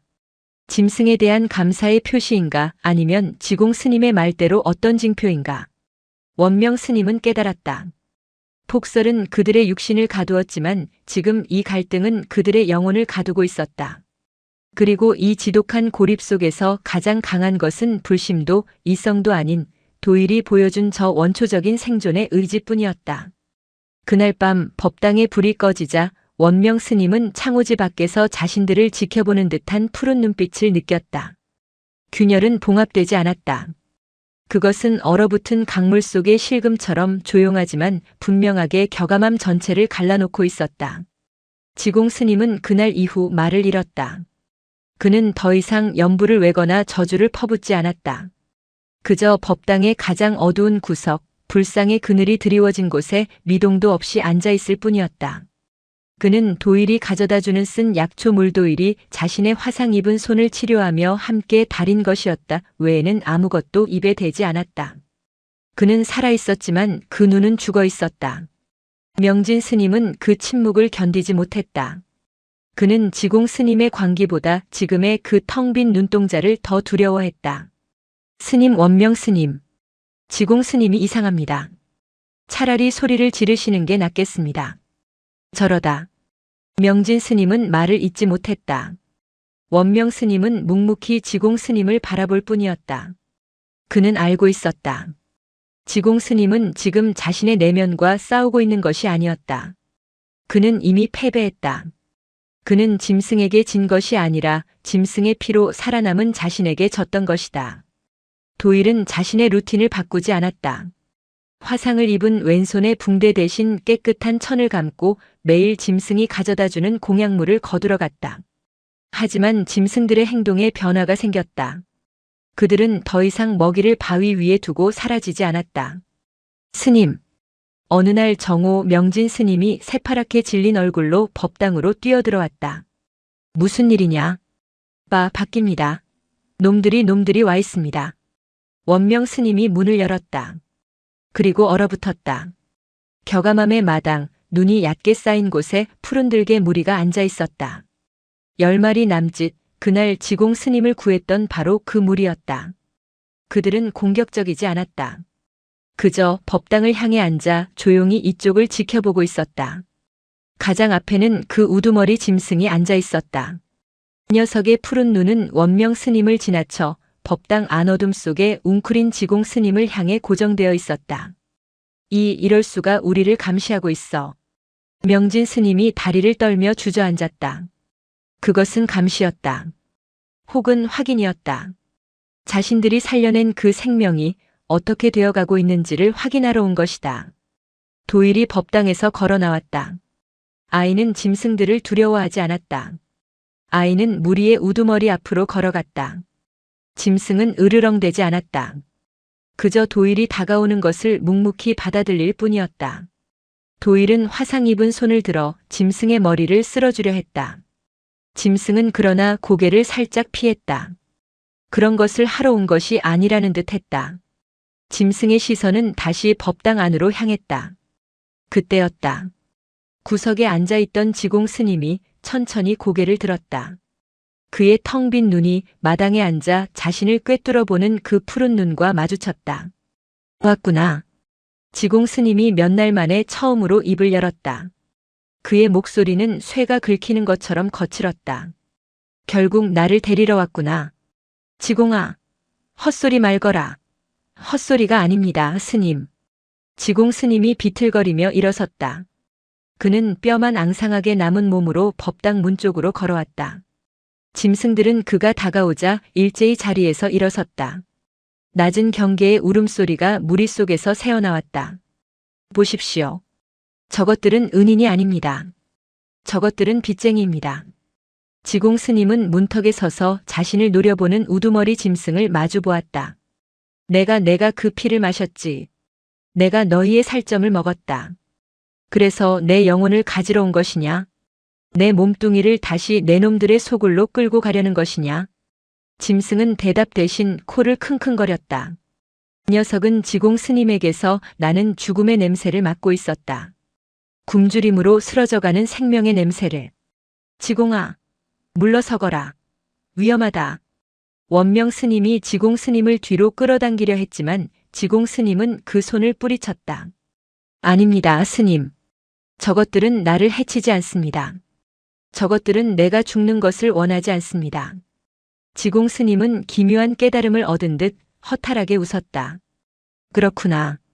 녀석들은 자신들이 살려낸 것이 죽어가는 것을, 자신들의 수확물이 썩어가는 것을 보러 온 것이었어. 내가 죽는 것은 녀석들의 자비에 대한 모독이 되는 것이지. 우두머리 짐승이 앞으로 한 걸음 다가왔다.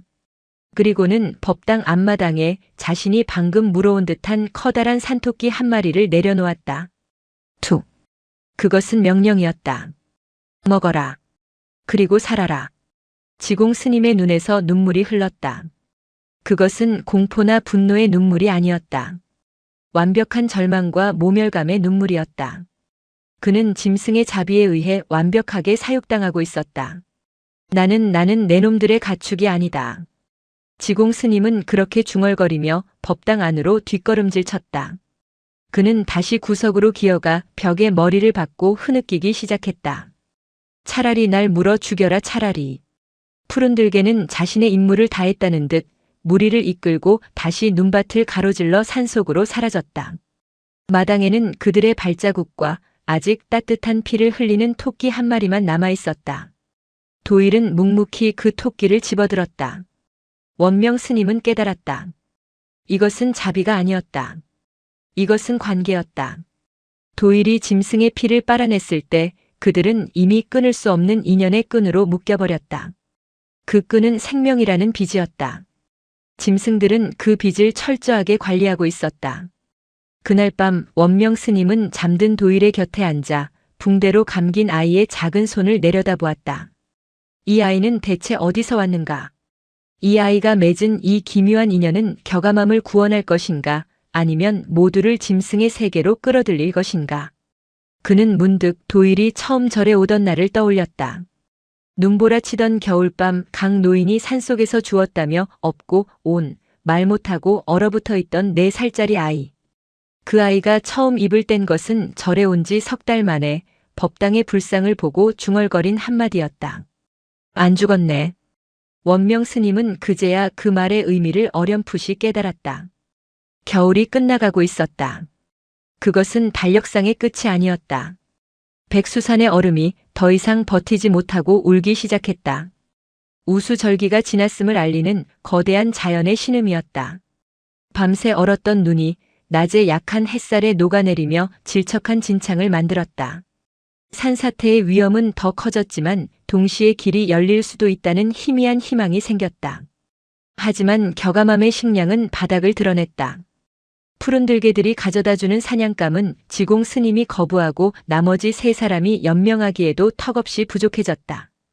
짐승들도 해빙기에는 사냥이 어려워지는지 바위가 비는 날이 잦아졌다. 지공 스님은 이제 뼈와 가죽만 남았다. 그는 더 이상 울지도 말하지도 않았다. 그저 뜬 눈으로 허공을 바라보며 자신의 생명이 꺼져가기를 기다리는 듯 했다. 도일이 다려주는 약초 물만이 그의 목숨을 간신히 붙들고 있었다. 안 되겠다. 어느 날 아침 원명 스님이 결연하게 일어섰다. 내가 내려가겠다. 명진 스님이 기겁했다. 스님, 길이 아직입니다. 어젯밤에 보니 계곡물이 불어 산길이 끊겼습니다. 지금 내려가시는 것은 그럼 여기서 지공이가 죽는 것을 그냥 지켜보란 말이냐? 쌀도 약초도 다 떨어졌다. 누군가는 가야 한다. 원명 스님은 낡은 삿갓을 챙겼다. 그때였다. 웅크리고 있던 지공 스님이 힘겹게 몸을 일으켰다. 제가 가겠습니다. 모두의 시선이 그에게 향했다. 그는 금방이라도 쓰러질 것처럼 위태롭게 서 있었다. 지공아, 저는 이대로는 못 있겠습니다. 스님. 지공 스님은 원명 스님을 바라보았다.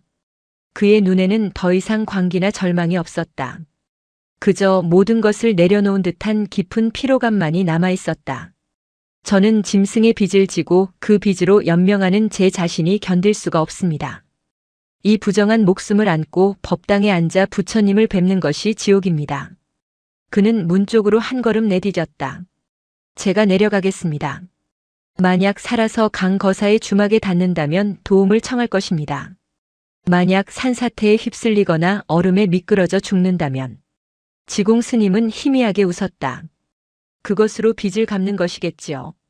짐승에게 진 빚이 아니라 내 스스로에게 진 빚을 말입니다. 적어도 내 죽음은 내 것이 될 테니까요. 그것은 구원을 청하러 가는 길이 아니었다. 속죄를 위한 혹은 명예로운 자결을 위한 길이었다. 그는 짐승의 자비로부터 도망치고 있었다. 지공아, 그것은 수행이 아니다. 그것은 도피다. 원명 스님이 그의 앞을 막았지만 지공 스님의 뜻은 확고했다. 그때 그들의 뒤에서 도일이 입을 열었다. 아이는 지공 스님의 앙상한 등과 그가 나가려는 문을 번갈아 보고 있었다. 스님. 도망가도 빚은 안 없어집니다. 지공 스님의 어깨가 움찔했다. 할미가 그랬습니다. 도일은 늘 그랬듯 자신의 유일한 경전인 할미의 말을 읊었다. 빚은 갚는 게 아니라고 했습니다. 빚은 그냥 지고 사는 거라고 했습니다. 죽어서 갚을 수 있는 빚은 빚도 아니라고. 어린 것이 무엇을 안다고. 죽는 건 쉽습니다. 스님은 지금 가장 쉬운 길로 도망가려는 겁니다. 도일의 그 한마디가 지공 스님의 가슴을 꿰뚫었다. 그는 자신의 그럴듯한 명분이 이 7살 아이의 눈에는 그저 쉬운 길로 보인다는 사실에 참을 수 없는 부끄러움을 느꼈다.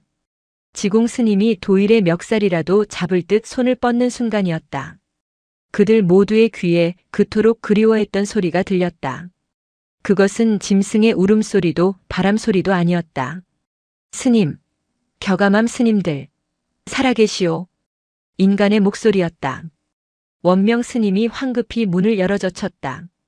저 아래 산길이 끊겨 거대한 얼음 계곡이 되어버린 그 건너편에 강 노인이 서 있었다. 그는 짐을 잔뜩 짊어진 채 이쪽을 향해 필사적으로 손을 흔들고 있었다. 강거사! 강거사! 명진 스님이 울음을 터뜨리며 소리쳤다. 길은 끊겨 있었다. 폭포수처럼 불어난 계곡물과 얼음덩어리 때문에 건널 수가 없었다. 다행이오. 살아계셨구려. 강 노인이 소리쳤다. 눈이 녹기 시작하길래 이틀을 꼬박 기어 올라왔소. 도저히 길이 없어 포기하려 했는데 어찌 우리가 살아있는 줄 알았소. 원명 스님이 소리쳤다. 강 노인은 자신의 발치를 가리켰다. 그의 옆에는 그 우두머리 푸른 들개가 앉아 있었다. 이놈 때문이오. 강 노인의 목소리는 공포가 아닌 경외감에 차 있었다. 일주일 전부터 이놈의 무리들이 내 주막으로 내려왔소. 밤마다 문 앞에서 울어대는데 사람을 해치지는 않고 그저 산 위를 보며 울부짖더이다. 푸른 들개는 강 노인을 바라보며 낮게 으르렁거렸다. 그러다 사흘 전에는 이놈이 산토끼 한 마리를 물어다 내 문 앞에 두었소. 그리고는 겨가맘이 있는 이쪽 길을 향해 고갯짓을 합디다. 마치 가라고. 가서 먹을 것을 전해주라고 그리 말하는 것 같았소. 내가 빚진 것이 있으니 더 신세를 졌으니 외면할 수가 없었소. 스님들은 모두 숨을 죽였다. 푸른 들개들은 자신들의 힘으로 이 고립을 해결할 수 없음을 알자 유일한 인간 조력자인 강 노인을 부른 것이었다. 그들은 짐승의 방식이 아닌 인간의 방식으로 이들을 구하기로 결정한 것이다. 강 노인은 자신이 가져온 밧줄을 꺼내 계곡 건너편으로 던지려 애썼다. 모든 시선이 강 노인과 밧줄에 쏠려 있을 때 지공 스님만이 그 자리에 주저앉았다. 그는 자신을 구하러 온 강 노인을 본 것이 아니었다. 그는 강 노인을 보낸 저 짐승을 보고 있었다. 자신이 그토록 부정하고 저주했던 그 요괴가 자신을 살리기 위해 또 다른 인간을 목숨의 위험으로 내몰면서까지 이 길을 열고 있었다. 그것은 사육이 아니었다. 그것은 책임이었다. 도일의 말처럼 그들은 빚을 졌다. 그리고 그 빚쟁이는 빚진 자가 죽는 것을 허락하지 않았다. 지공 스님의 얼굴이 무너져 내렸다. 그는 도망칠 길조차 완벽하게 차단당했다. 그는 소리내어 울기 시작했다. 그것은 절망의 울음도 광기의 울음도 아니었다. 자신의 오만함과 어리석음 그리고 그 모든 것을 뛰어넘는 거대한 생명의 무게 앞에서 한 인간이 터뜨리는 완전한 항복의 울음이었다. 도일은 그 모습을 조용히 지켜보다가 강 노인이 던진 밧줄을 잡으러 달려갔다. 빚은 그렇게 모두가 함께 지고 살아가는 것임을 아이는 이미 알고 있었다. 밧줄은 구원이자 심판이었다. 그것은 얼어붙은 계곡, 삶과 죽음의 경계를 가로지르는 유일한 길이었다. 강 노인은 굵은 소나무의 밧줄의 한쪽 끝을 묶었고 도일과 명진 스님은 마지막 남은 힘을 다해 그 밧줄을 겨가맘 쪽 바위에 동여맸다. 팽하고 당겨진 밧줄 아래로 해빙기에 미쳐 날뛰는 계곡물이 거대한 얼음 덩어리들을 싣고 울부짖으며 흘러갔다. 명진, 내가 먼저 건너라. 가서 거사님을 도와라. 원명 스님이 소리쳤다. 명진 스님은 밧줄을 붙잡았다. 그는 뒤도 돌아보지 않았다. 지옥을 탈출하는 심정으로 그는 밧줄에 매달려 위태롭게 계곡을 건넜다. 몇 번이나 미끄러져 물에 빠질 뻔했지만 살아야 한다는 본능이 그를 건너편으로 이끌었다. 스님, 어서요. 이제 겨가맘 쪽에는 원명 스님과 도일, 그리고 그 자리에 무너져 내린 지공 스님만이 남아 있었다. 원명 스님은 지공 스님을 부축했다. 지공아, 가자. 우리가 졌다. 그러니 가야 한다. 지공 스님은 고개를 들었다. 그의 눈은 건너편의 강 노인이 아니라 강 노인의 곁에서 그 모든 광경을 묵묵히 지켜보고 있는 푸른 들개를 향해 있었다. 스님, 저는 아무 말 말거라. 빚을 졌으면 살아서 갚아야지. 죽는 것은 갚는 것이 아니다. 도일의 말이 맞았다. 그것은 도망이다. 지공 스님은 원명 스님의 부축을 받으며 일어섰다. 하지만 그의 다리는 앙상한 나뭇가지에 불과했다. 한 걸음도 뗄 수 없었다. 안 되겠습니다. 원명 스님은 결단을 내렸다. 그는 자신의 허리띠를 풀어 지공 스님의 몸을 자신의 등에 단단히 묶기 시작했다. 스님, 무엇을? 너를 업고 가겠다. 스님, 스님의 연세에 저를 업고 저 밧줄을 건너시겠다는 겁니까? 저를 버리십시오. 저를 버리고 스님과 도일이만 가십시오. 저는 이미. 닥쳐라. 원명 스님이 70평생 처음으로 부처님 앞에서 제자를 향해 분노로 포효했다. 내가 짐승의 피를 마셨더냐? 그럼 나도 마셨다. 내가 지옥에 간다면 나도 갈 것이다. 내가 빚을 졌다면 나도 그 빚을 함께 진 것이다. 이것이 내가 너에게 빚을 갚는 방식이다. 원명 스님은 앙상한 지공 스님을 등에 업었다. 이른 노승의 등뼈가 우득 소리를 냈지만 그는 이를 악물었다. 도일아, 내 앞서 가거라. 내가 내 뒤를 따르마. 도일은 말없이 밧줄을 잡았다. 아이는 다람쥐처럼 가볍게 밧줄을 타고 건너편으로 향했다. 그리고 원명 스님은 자신보다 더 가벼워진 제자를 업고 얼음 계곡을 향해 첫 발을 내디뎠다. 밧줄이 노승과 제자의 무게를 감당하며 팽팽하게 울었다. 원명 스님은 한 걸음 한 걸음 자신의 평생 수행을 바치듯 신음하며 밧줄을 당겼다. 지공 스님은 노 스님의 등에 엎여 차마 고개를 들지 못했다. 그의 뜨거운 눈물이 스승의 얼어붙은 승복을 적셨다. 그는 저주했던 짐승이 아니라 오만했던 자신을 살리기 위해 스승이 지금 지옥을 건너고 있음을 깨달았다. 그는 짐승의 자비가 아니라 스승의 자비에 의해 구원받고 있었다. 그 모든 광경을 강 노인의 옆에 앉은 푸른 들개는 미동도 없이 지켜보고 있었다. 마침내 원명 스님이 마지막 힘을 다해 건너편 바위에 쓰러지듯 도착했다. 스님! 강 노인과 명진 스님이 달려와 그들을 부축했다. 원명 스님은 지공 스님을 내려놓자 맞이자 그 자리에 주저앉아 거친 숨을 몰아쉬었다. 도일은 자신들이 방금 건너온 계곡의 반대편, 이제는 텅 비어버린 겨가맘의 입구를 바라보았다. 그리고 그 옆 산을 향해 섰다. 푸른 들개가 도일에게 다가왔다. 아이는 붕대가 감긴 손을 들어 짐승의 목을 감싸 안았다. 짐승은 그제야 처음으로 아이의 품에 머리를 기댔다. 그것은 짧은 작별 인사였다. 빚쟁이와 빚진 자의 관계가 끝나고 생명을 나눈 동료로서의 마지막 인사였다. 짐승은 고개를 들고 산을 향해 길고 낮은 울음소리를 냈다.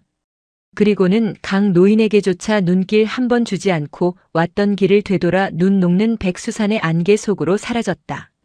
빚을 관리하던 임무가 끝났다는 듯이 그날 오후 네 사람의 피난 행렬은 백수산을 내려오고 있었다. 길은 처참했다. 산사태로 무너진 바위와 급류로 변한 등산로를 기어 내려와야 했다. 지공 스님은 강 노인에게 거의 엎이다시피 했고 원명 스님은 도일의 부축을 받았다. 그들의 모습은 더 이상 스님이 아니었다. 찢어진 누더기를 걸친 굶주린 조난자들이었다. 해질 무렵 그들은 마침내 강 노인의 주막에 도착했다. 주막은 인간 세상의 냄새로 가득했다. 장작 타는 냄새, 밥 짓는 냄새, 묵은 장냄새. 겨가맘의 피비린내와 죽음의 냄새에 익숙해져 있던 그들에게 그 평범한 삶의 냄새는 현기증이 날 정도로 강렬했다. 강 노인의 아내가 뛰쳐나와 그들의 앙상한 몰골을 보고는 말을 잇지 못하고 눈물부터 쏟았다. 이 맙소사 스님들. 어서 들어오시오. 어서. 그들은 뜨거운 물이 담긴 놋대야에 엄발을 담갔다. 수십일 만에 느껴보는 따뜻한 물의 감촉에 명진 스님은 아이처럼 소리내어 울었다. 원명 스님은 그저 눈을 감고 그 온기를 받아들였다. 잠시 후 주막의 작은 방에 따뜻한 밥상이 차려졌다. 밥상 위에는 짐승의 고기가 아니었다. 하얀 쌀밥과 뜨거운 시래기국 그리고 오래 묵은 김치 조각이 전부였다. 원명 스님은 밥그릇을 받아들고 한참을 말이 없었다. 명진 스님은 허겁지겁 밥을 입에 밀어넣다가 목이 메어 기침을 했다. 도일은 묵묵히 그러나 그 누구보다 야무지게 밥을 먹었다. 아이는 이미 겨가맘에서의 일을 잊은 듯 지금 이 순간의 밥에 집중했다. 그리고 지공 스님.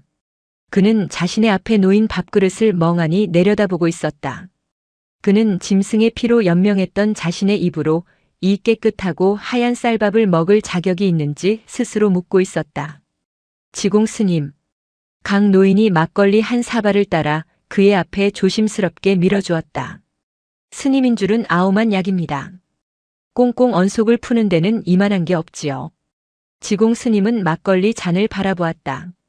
그리고 밥을 바라보았다. 그는 천천히 부들부들 떨리는 손으로 숟가락을 들었다. 그는 밥을 한 숟갈 크게 떴다. 그리고 입에 넣었다. 눈물이 밥알과 함께 쏟아져 내렸다. 그것은 짐승의 피 맛도 죽음의 맛도 아니었다. 그것은 흙의 맛, 물의 맛, 그리고 햇볕의 맛이었다. 그는 살기 위해 먹었다. 그는 자신이 그토록 저주했던 삶을 다시 한번 받아들이고 있었다.